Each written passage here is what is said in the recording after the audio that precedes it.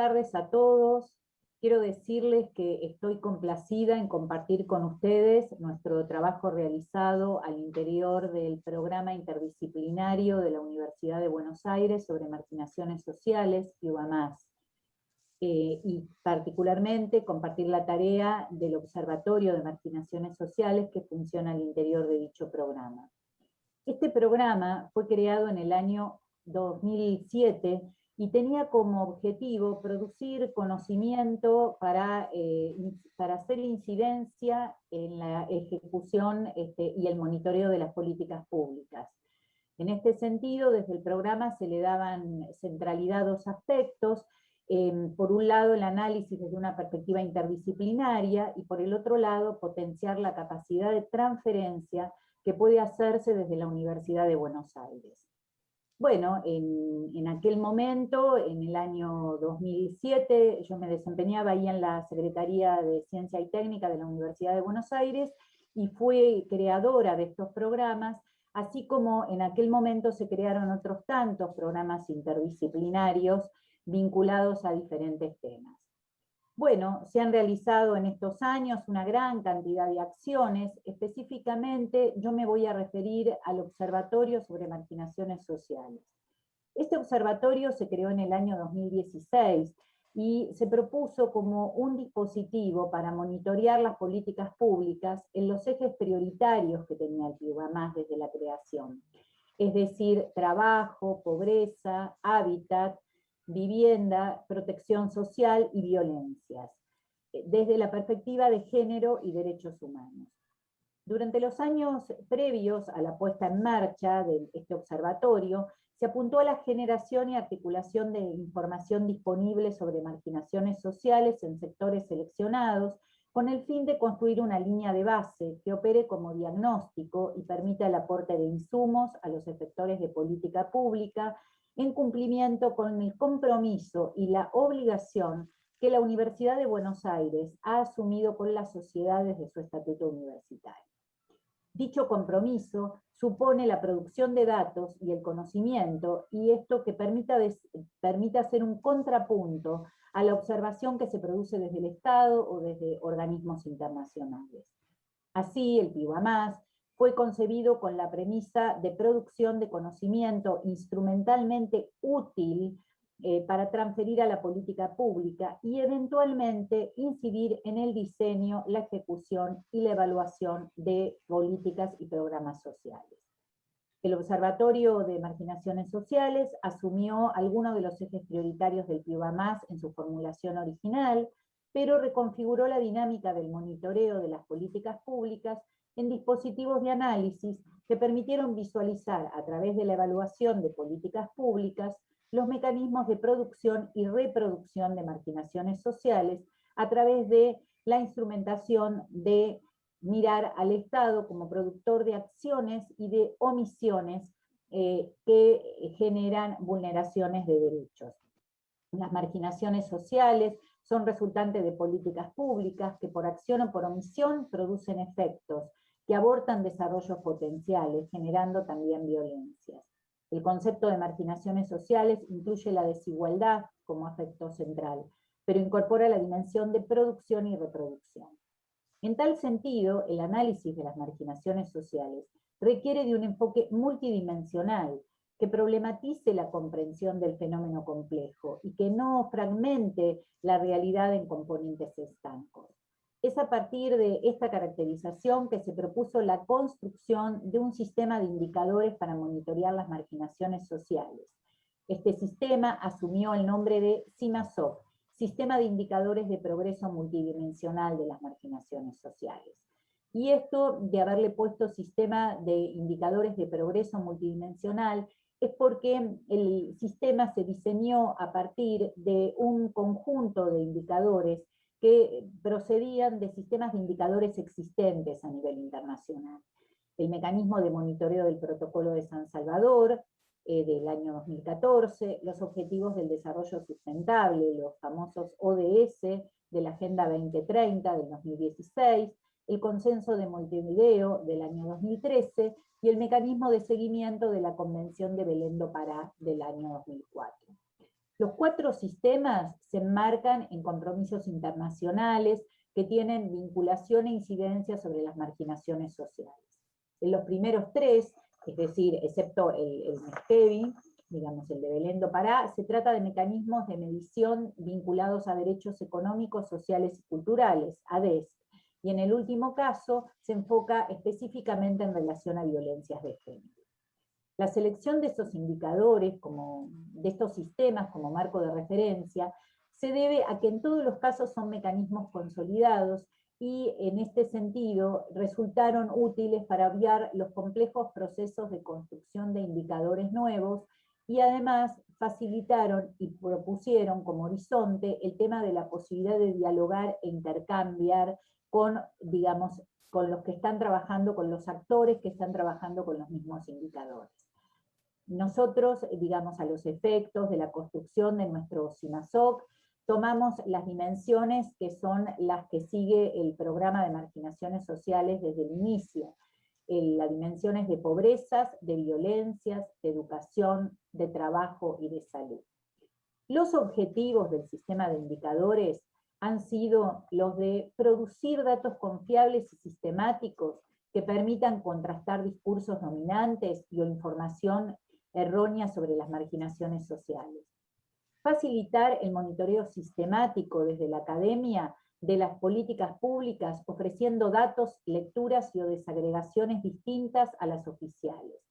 Poder dialogar desde un enfoque de derechos a nivel regional e internacional con organizaciones sociales, otros espacios académicos, organismos internacionales, y otros sistemas también que están en la misma tónica de producir información. Y participar, sobre todo desde la academia, en la realización de informes complementarios, informes sombra, en los mecanismos de rendición de cuentas del Estado, vinculados a los compromisos en derechos humanos. El proyecto de sistema de indicadores de progreso multidimensional aspira a la producción de informes temáticos y analíticos que ofrezcan evidencia empírica sobre diferentes aspectos de las marginaciones sociales en la esfera pública. La Universidad de Buenos Aires, como actor situado, cumpliendo con su rol de usina de pensamiento y producción de conocimiento, tiene el imperativo de producir información relevante, de calidad y contenido riguroso.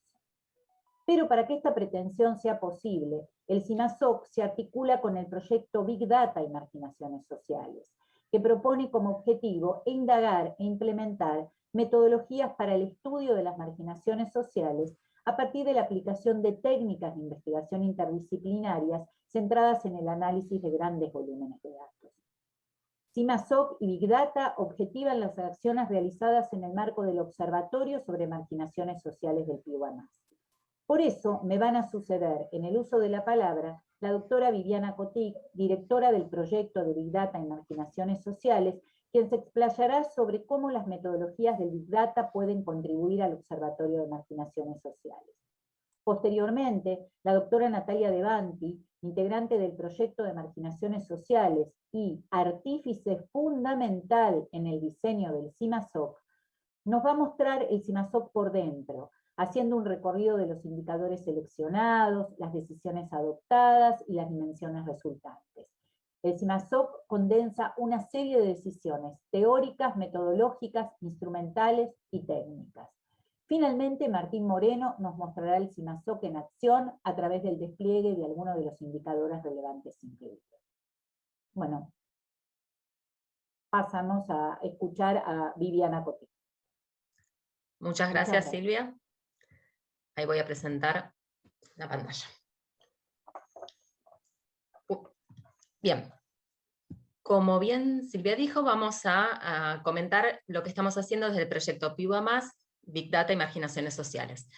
Les voy a presentar un trabajo que estamos haciendo sobre estudio del lenguaje de odio existente en las redes sociales en el contexto de la actual pandemia COVID-19.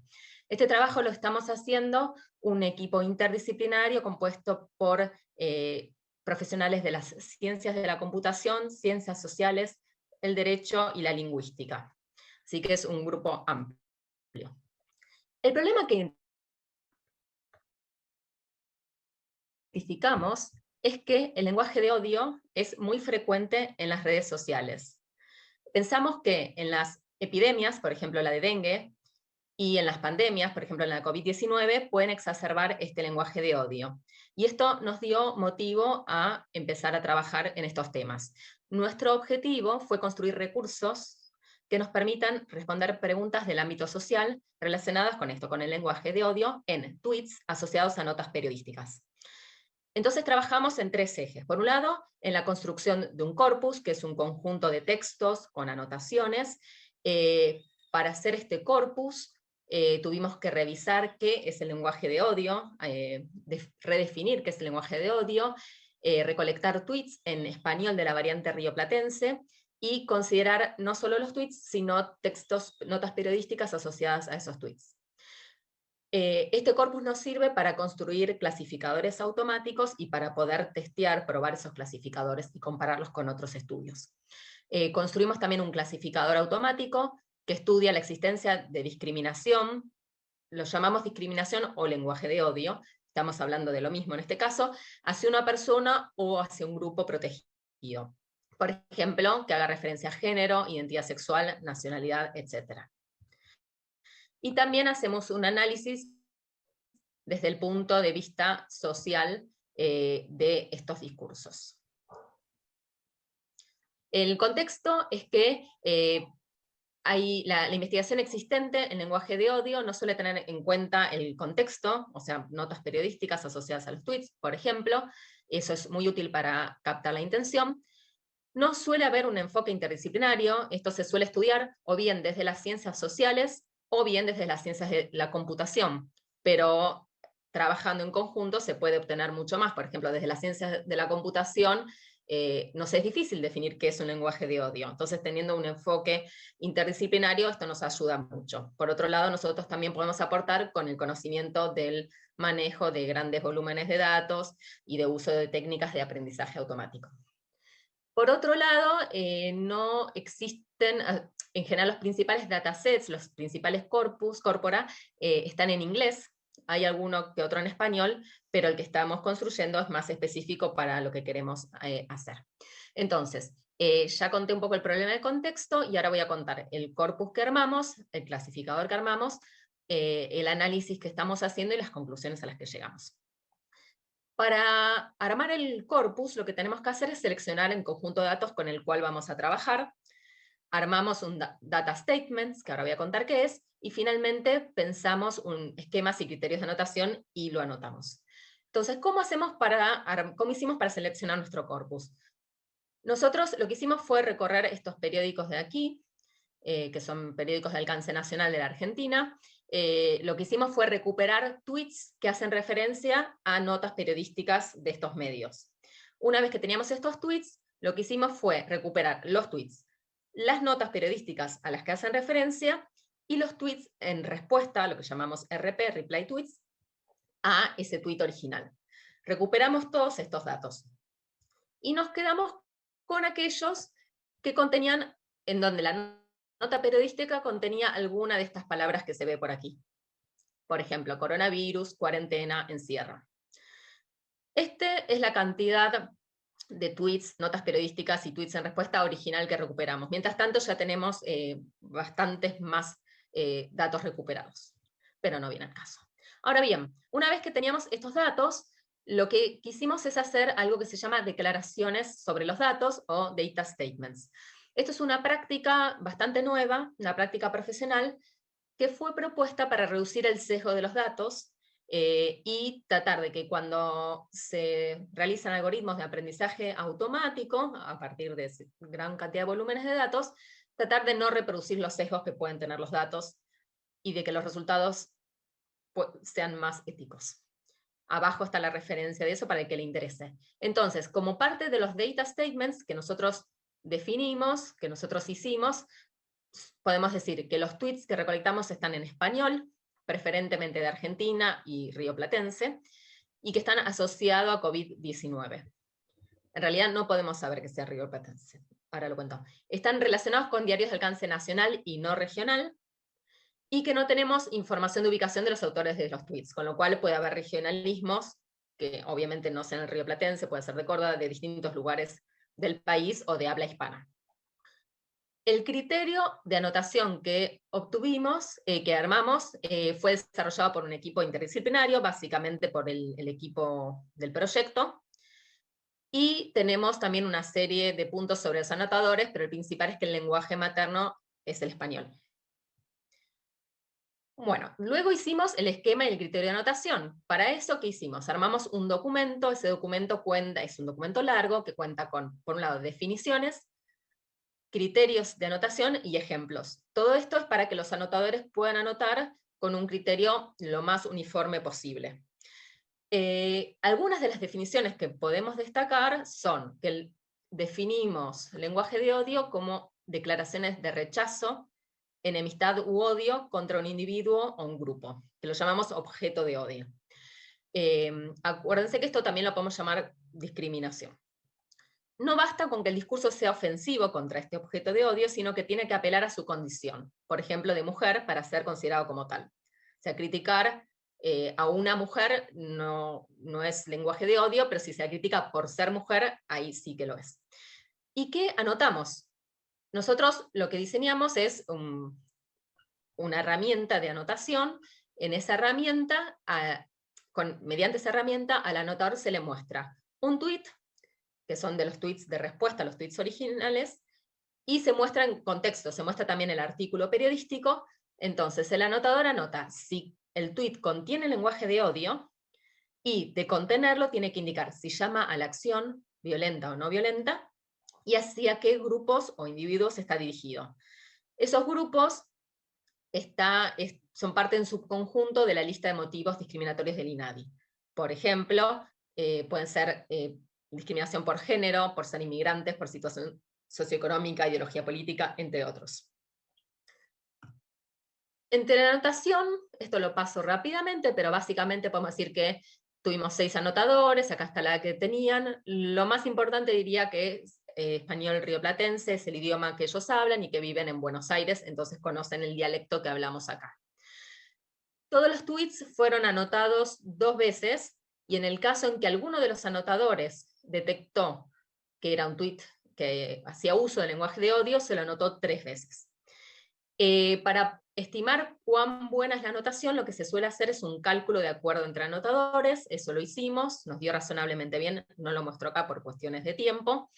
Detectamos también como algo interesante que la relación de notas con odio, de tweets con odio, ¿no? Odio es 1 a 6, y tenemos 1238 tweets anotados.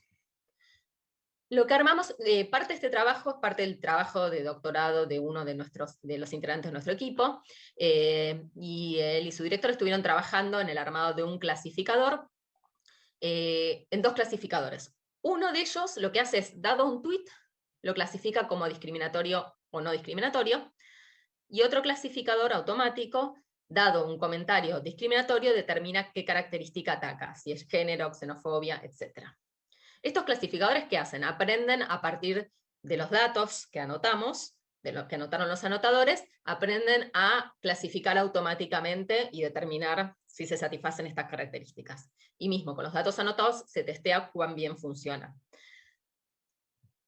Bueno, finalmente ahora estamos trabajando en la etapa de análisis de los datos que hemos recolectado. Nuestro objetivo es indagar cómo se articulan los discursos de odio en posteos de redes sociales vinculados a las noticias en contexto de la pandemia de COVID-19. Y acá estamos trabajando en 2 ejes. Por un lado, un abordaje descriptivo, y por otro lado, se me cuelga, un abordaje explicativo. Un segundo. En el abordaje descriptivo, lo que estamos tratando es de identificar los elementos textuales que configuran la estructura de los discursos de odio, y nos planteamos diversas preguntas, por ejemplo, ¿qué grupos sociales son los destinatarios del discurso de odio? En el abordaje explicativo, lo que queremos es indagar aquellos factores que inciden en la formación de estos discursos, en las noticias que son replicadas en las redes.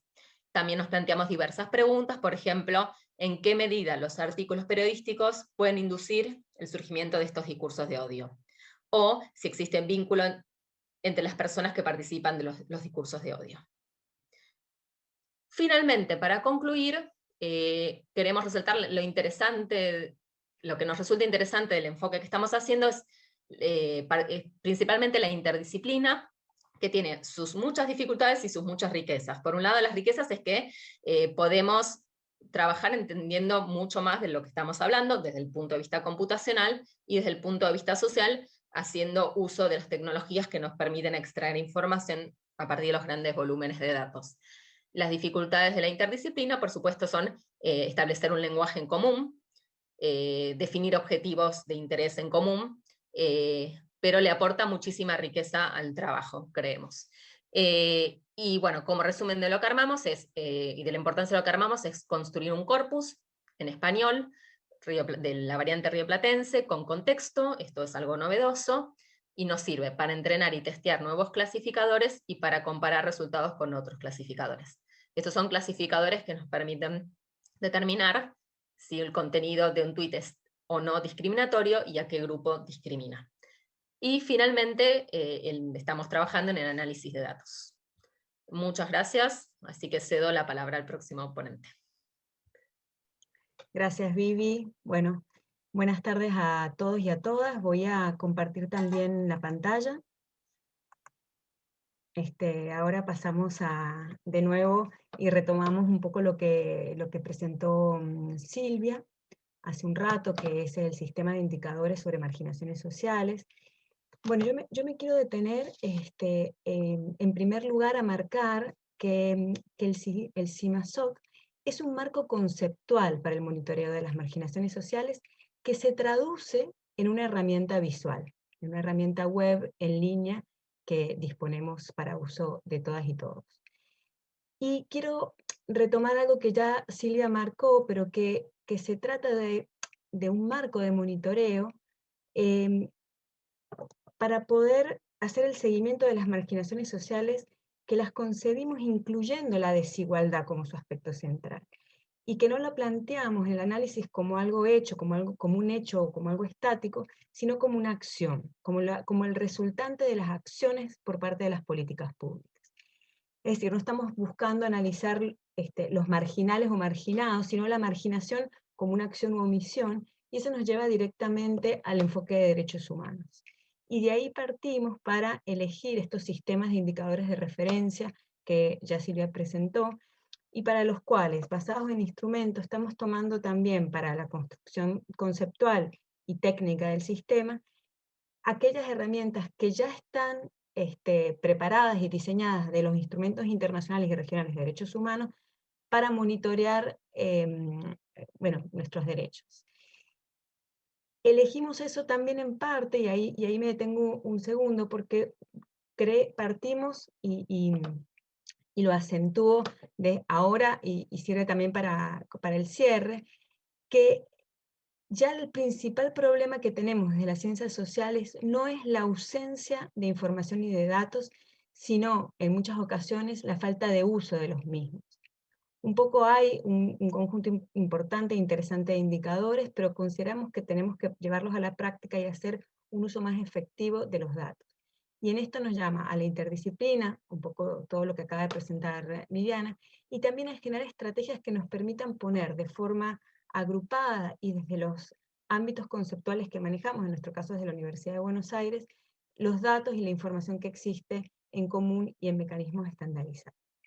Bueno, esto que está acá es el sistema, finalmente, la herramienta en línea, que es una traducción que vamos haciendo paulatina de nuestro marco conceptual de indicadores. Vamos a ir incorporando nuevos indicadores a medida que los vamos ajustando a la herramienta visual. Actualmente se organiza en 6 ejes temáticos. Tenemos educación, pobreza, violencias, seguridad social, salud y trabajo. Pensamos en breve incorporar 2 ejes de trabajo adicionales, alimentación y hábitat, que también forman parte central de nuestro proyecto. Dentro de cada uno de los ejes de trabajo, la información se organiza, en primer lugar, en dimensiones analíticas. Estas dimensiones analíticas van a estar vinculadas directamente con los sistemas de indicadores existentes que mencionó Silvia al inicio.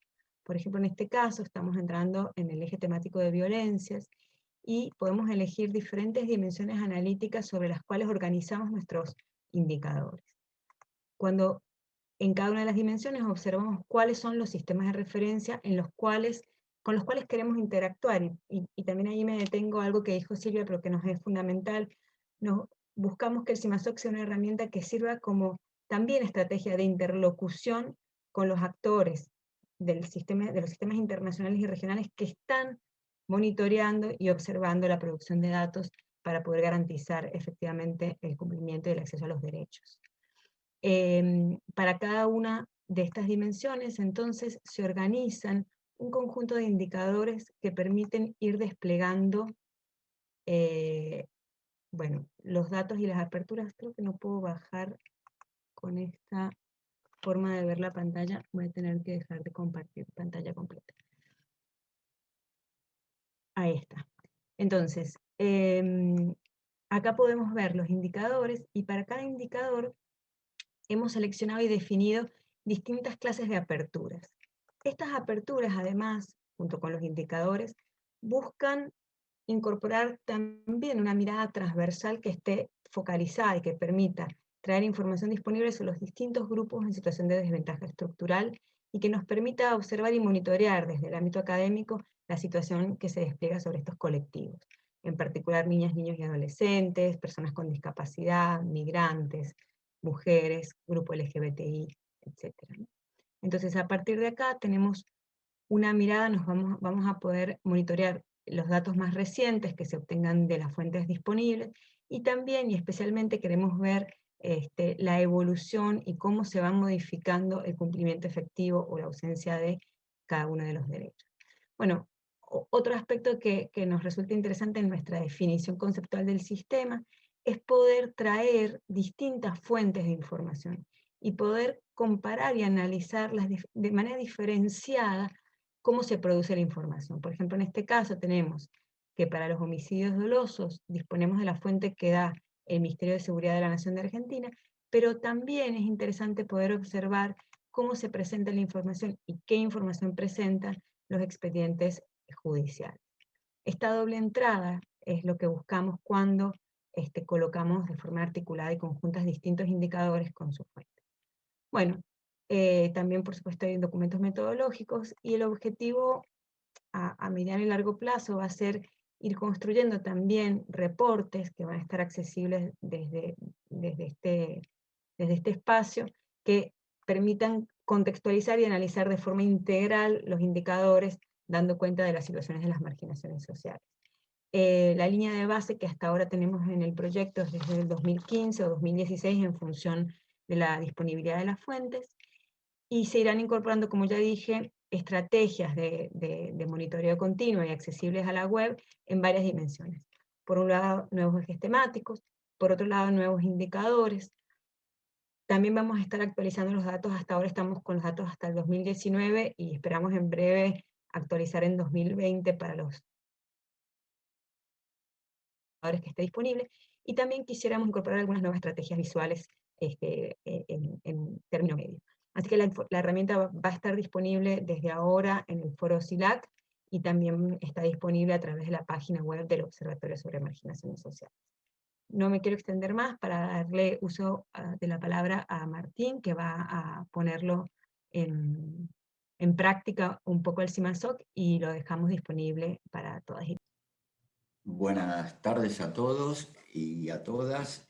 Me toca a mí un poco poner en acción el sistema o mostrar un poquito lo que el tiempo nos permite, cómo funciona o cómo podemos utilizar este sistema, la plataforma, el tablón en el que estamos volcando la información.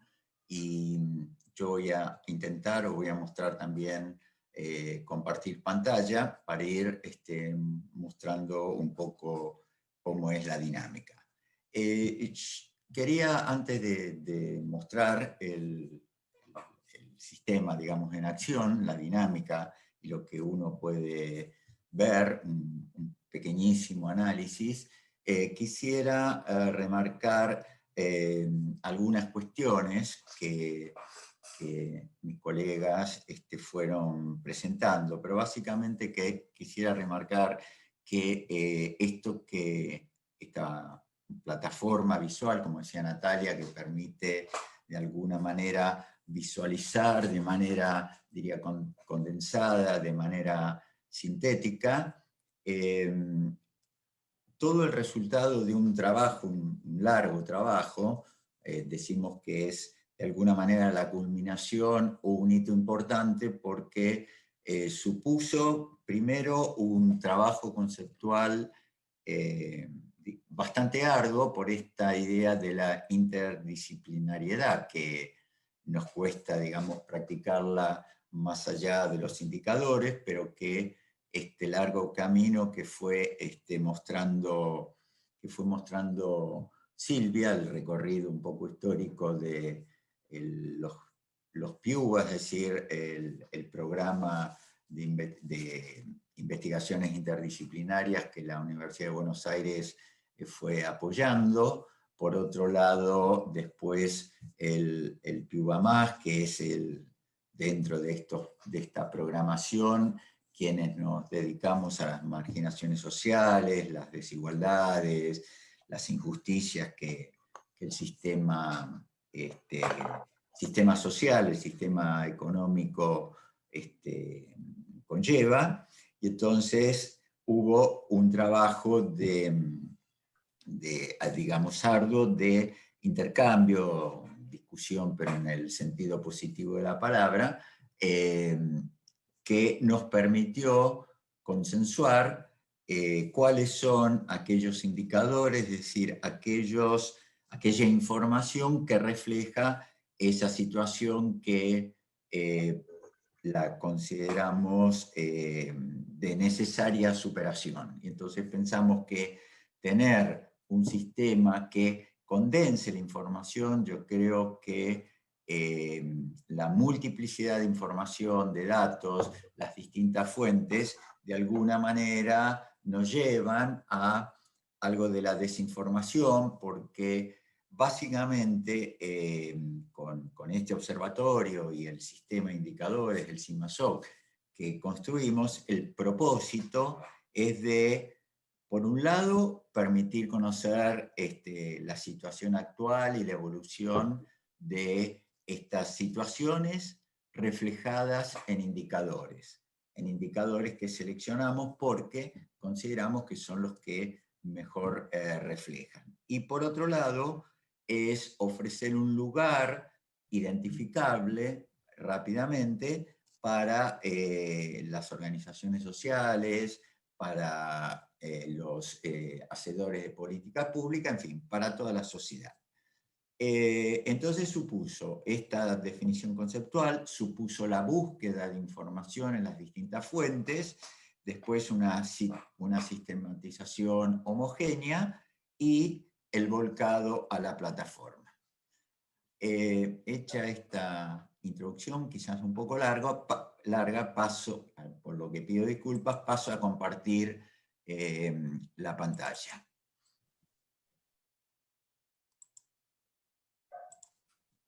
Bueno, esto ya lo presentó Natalia, con lo cual rápidamente voy a ir a uno de los temas, el tema de la pobreza. Voy a ir todo lo rápido que Internet y nuestras conectividades nos permiten.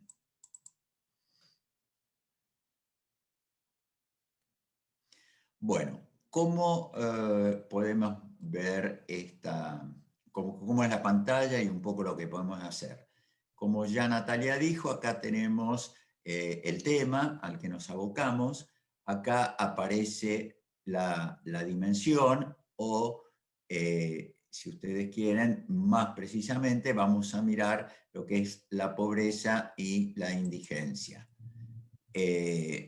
También podemos mirar esto por la incidencia de la pobreza indigencia, y el tema de las condiciones de vida. Bueno, vamos a empezar por ir analizando un poquito este tema de la incidencia de pobreza e indigencia. Tiene que ver con estos sistemas de acuerdos internacionales a los que ya se refirió adecuadamente Silvia. vamos a mirar entonces la incidencia de la pobreza. Acá tenemos cuál es la fuente, es la encuesta permanente de hogares, son datos del segundo semestre de cada año producidos por el Instituto Nacional de Estadística y Censos de Argentina. Está bien situarlo por el alcance que este foro puede tener. Entonces acá lo que seleccionamos son posibles aperturas, que pueden ser hogares o la población total. En este caso vamos a poner la población total y vamos a ver que nos permite el sistema tener dos cuerpos de cada indicador. Por un lado tenemos el último dato disponible, en este caso el último dato que cargamos en el sistema de indicadores, y vamos a tener 3 ámbitos territoriales para los cuales vamos a presentar la información. Por otro lado, vamos a presentar las categorías que podemos mirar acerca de la indigencia, y en este caso vamos a poder diferenciar el total de población en situación de indigencia, o la población indigente, que como es habitual y hay consenso internacional bastante importante, tiene que ver con aquellos pobres que no alcanzan, aquellas personas que viven en hogares que no alcanzan a cubrir una canasta básica alimentaria. Después están los pobres no indigentes y el total de pobres. Una vez que tenemos acá los datos para total del país, para la región para la ciudad de Buenos Aires y para un ámbito que los partidos de la provincia de Buenos Aires que rodean a la ciudad. Entonces tenemos acá cuál es el último dato, o si se quiere, la situación actual. Y podemos ver rápidamente cómo este total de pobres se desagrega, o podemos distinguir en los pobres que no llegan a cubrir la canasta alimentaria, los indigentes. Acá están también resumidos la fuente, cuál es el criterio, a quién se refiere y el valor. Y podemos ver entonces cómo podemos comparar entre los distintos ámbitos que acá estamos viendo, es que en el total del país la cantidad de pobres es importante. La ciudad de Buenos Aires se diferencia por una menor cantidad de incidencia de la pobreza, y vamos a poder observar también que el valor de la nación o del total del país está siempre bastante cercano, en algunos casos casi coincidentes, con el del Gran Buenos Aires. Esto se debe a que el Gran Buenos Aires tiene no menos de 1/3 de la población del país, con lo cual la influencia que tiene el Gran Buenos Aires en muchos indicadores, en varios de los que yo voy a mostrar acá, están muy cercanos. Una vez que pudimos ver la situación actual, podemos ver la evolución que tienen los distintos indicadores a lo largo del periodo que nos propusimos cubrir, que, como decía Silvia, empezaba, Silvia y también Natalia, empezaba en el 2015, en este caso por razones de la fuente, la serie validada por el Instituto Nacional de Estadística y Censos arranca en el 2016, aunque esta información provenía de un tiempo anterior, un periodo algo complicado sobre la producción de información, pero entonces acá podemos ir viendo cómo en el Gran Buenos Aires, por ejemplo, hay un momento de caída de la pobreza importante, y donde vemos que a partir de 2017 hay un incremento de esta población muy significativo. Aquí lo que podemos ver es que el Gran Buenos Aires tiene una incidencia, una proporción de población pobre más alta que la nación y a su vez muy cercana, ya que cuando vamos a ver la pobreza en la ciudad de Buenos Aires, hay una diferencia entre 35 y 40 y en la ciudad de Buenos Aires es del 13%. No quiero analizar el dato, pero quiero mostrar, o de alguna manera, las potencialidades que tiene. Esto se complementa o se completa con esta ficha que mostraba, puedo mostrarla acá, pero que señalaba, bueno, aquí estamos, pero vuelvo, si puedo, vuelvo acá para no mostrarla totalmente, porque aquí está todo la caracterización de la fuente, las definiciones que yo di solo para indigentes, etcétera, etcétera. Y vamos a completar también con reportes, es decir, vamos a hacer análisis que permitan mostrar u orientar la lectura de estos indicadores.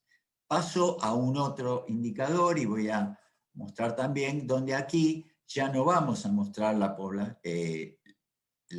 pobreza por total y por ámbito, sino que la vamos a mostrar por grupos de edad. Ahí abro el indicador y vamos a ver cómo, o vamos a poder analizar cómo la pobreza golpea o de alguna manera se hace presente en diferentes, con diferencia en los distintos grupos de edad. Bueno, acá tenemos de nuevo, acá vamos a referirnos al ámbito de la nación, vamos a ver los distintos grupos de edad. Esta es la situación actual. Fíjense que más de la mitad de los niños de 0 a 14 años están en situación de pobreza y cómo a medida que aumenta la edad, a medida que vamos analizando los grupos de mayor edad, esta incidencia de la pobreza disminuye.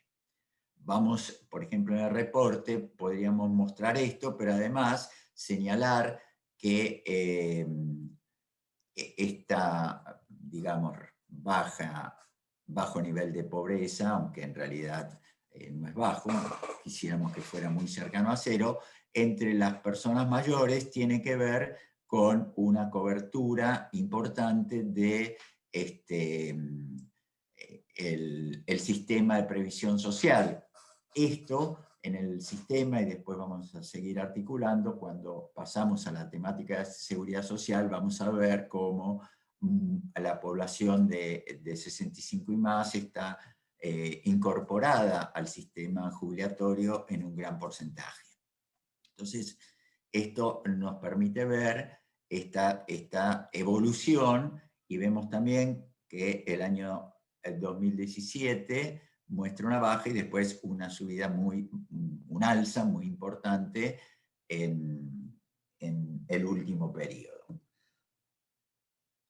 Lo que yo, digamos, de alguna manera quería mostrar cómo, por ejemplo, si recordamos el valor de la pobreza total en toda la población era o es del 35%, es decir, se ubicaría más o menos por aquí, estamos viendo cómo hay población mucho más vulnerada, que son justamente los adolescentes y la población joven. Si miráramos y pudiéramos, no tenemos tiempo ahora, pero pudiéramos mirar la temática del trabajo, veríamos que la tasa de desocupación en esta población joven es mucho más alta que la población en edades centrales. Y también vemos cómo los hogares que contienen chicos y por lo tanto golpea a esa población es mucho más elevada.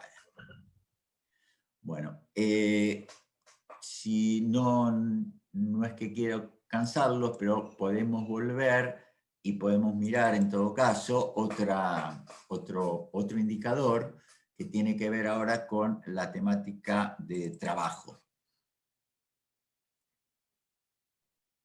Aquí voy a hacer Martín, menos... disculpa, ¿Sí? se nos acabó el tiempo. Si podés cerrar. Bueno. Sí, bueno, lo que iba a mostrar tiene que ver con esta misma dinámica. Creo que, y para cerrar, me parece que hemos mostrado digamos, todo el trabajo que se hizo desde llamamos PIBA Más, el programa de marginaciones sociales, y cómo fuimos evolucionando, o en todo caso fuimos avanzando en nuestro trabajo para llegar a consolidar un sistema de indicadores que permita mostrar la situación en que nuestra sociedad a la que hacemos referencia se encuentra respecto de esta temática de las marginaciones sociales que a todos nos preocupa, particularmente nosotros, docentes e investigadores de la Universidad de Buenos Aires, queremos ver cómo nuestro trabajo